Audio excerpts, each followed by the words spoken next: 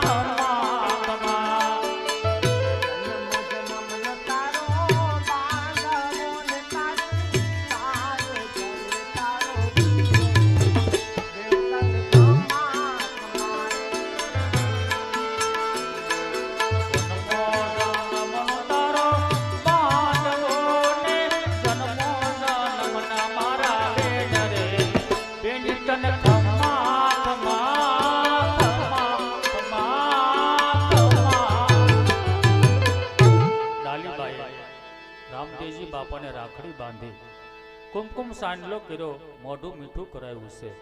ત્યારે રામદેવજી બાપા ડાલીબાઈને આજે શું કહેવા લાગ્યા? અરે ડાલીબેન,